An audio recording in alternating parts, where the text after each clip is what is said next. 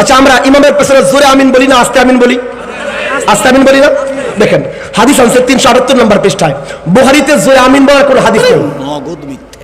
বুখারীতে জোরে আমিন বলার হাদিস নাই, কোন সনদ সহ কোন হাদিস নাই। এটা মিথ্যা কথা।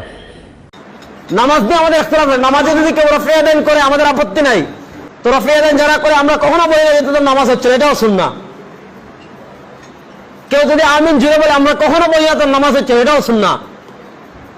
কেউ যদি ইমামের পিছনে সূরা ফাতিহা পড়ে আমরা কখনো বলি না নামাজ হচ্ছে না, এটাও সুন্নাহ।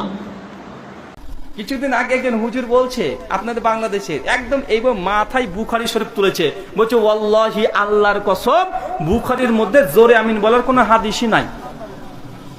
আল্লাহর কসম, আল্লাহর কসম করে 3 বার বলছে যে আল্লাহর কসম বুখারীর মধ্যে আমিন জোরে বলার কোনো হাদিসই নাই।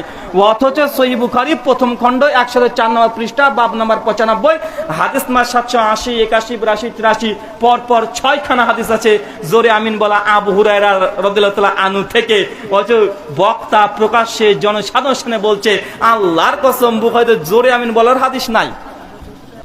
কেননা ওই বক্তা যে বুখারী শরীফটা কপালে মাথায় তুলে ধরেছিল ছিল দ্বিতীয় খণ্ড। কোন খণ্ড? আর আমিন বলার হাদিস ছিল প্রথম খণ্ডে। দ্বিতীয় খণ্ডে আমিন জোরে বলার হাদিস নাই। ওগুলো ঠিকই বেঁচে গেছে, কথা বুঝতে পারলেন না? ও যে কসম করে যেটা ভুল নয়, কারণ বলেছে এই দেখেন আমি বুখারী মাথায় নিলাম, নিয়েছে দ্বিতীয় খণ্ড। আর বলছে আল্লাহর কসম এই বুখারীর মধ্যে জোরে আমিন বলার একটা হাদিস নাই। আসলেই বুখারীর দ্বিতীয় খণ্ডে নাই, আছে প্রথম খণ্ডে।